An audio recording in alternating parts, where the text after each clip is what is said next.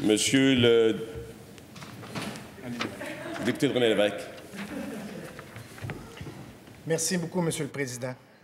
L'augmentation de la détresse psychologique, de la violence conjugale, des demandes d'aide alimentaire, la pandémie a mis en évidence l'importance de l'action communautaire autonome pour répondre aux besoins des plus vulnérables.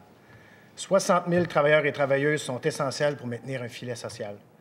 Or, ça fait des années que le milieu communautaire est sous-financé et qu'il réclame du financement récurrent à la hauteur des besoins des services qu'il rend à la population québécoise. On parle de 460 millions par année. Dans le dernier budget, le gouvernement a accordé un maigre 75 millions de financement à la mission. C'est 16 % du montant demandé. La CAQ semble percevoir le milieu communautaire comme une main-d'œuvre bon marché à son organisme, mais c'est plutôt l'inverse. Les organismes communautaires sont au service des populations qui nécessitent leur soutien. Nous parlons beaucoup de nos anges gardiens dans le système de la santé, mais il ne faut surtout pas oublier les sentinelles du milieu communautaire. Le filet social est brisé. On a besoin d'un Québec plus humain. Est-ce que le gouvernement s'engage à financer la mission des organismes communautaires à la hauteur? Monsieur le ministre de l'Emploi et de la Solidarité sociale. Merci, Monsieur le Président. Évidemment, depuis le début de la pandémie, on a à plusieurs reprises fait des annonces pour soutenir le milieu communautaire québécois, maintien du financement, assouplissement administratif. Il n'y a pas de plan d'action gouvernementale en action communautaire depuis 2004-2005 au Québec.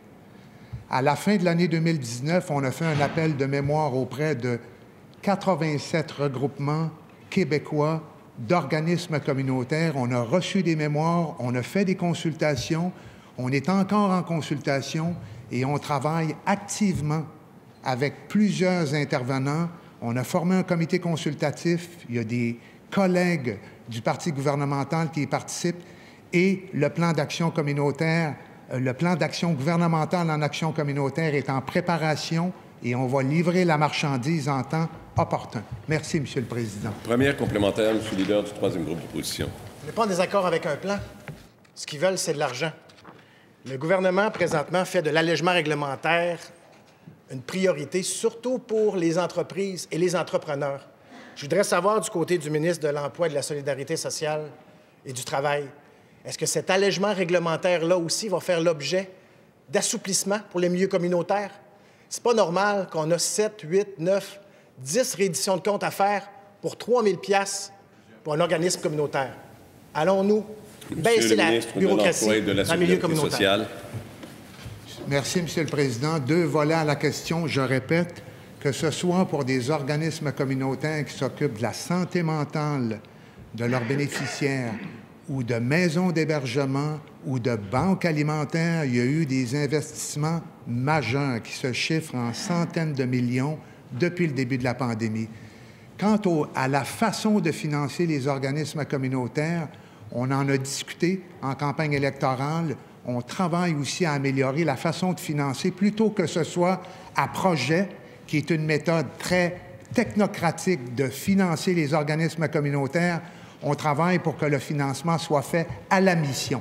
Merci, Monsieur le Président. Deuxième complémentaire, Monsieur le député de René Lévesque. J'espère que le fruit de ce travail-là sera dans pas une, pas deux, mais un chapitre au complet du prochain budget qui sera déposé la semaine prochaine. Un autre groupe de notre société qui nécessite du soutien dans le contexte de la pandémie, les personnes qui font appel à l'assistance sociale. Ces personnes ne peuvent actuellement pas vivre à deux sans se faire couper leurs prestations de manière importante.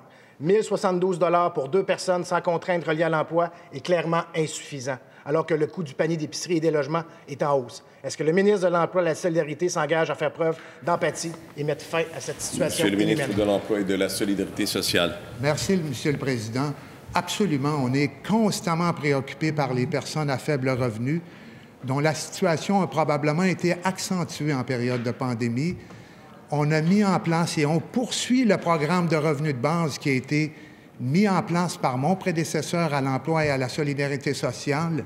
Le 1er janvier 2021, tous les prestataires de l'aide financière de dernier recours ont eu une augmentation qui varie entre 1,8 et 7,3 %.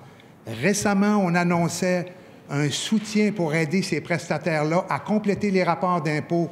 On a réalisé qu'en 2020, 25 % des prestataires de moins avaient complété le rapport d'impôt. On a beaucoup de mesures pour les soutenir. Question principale.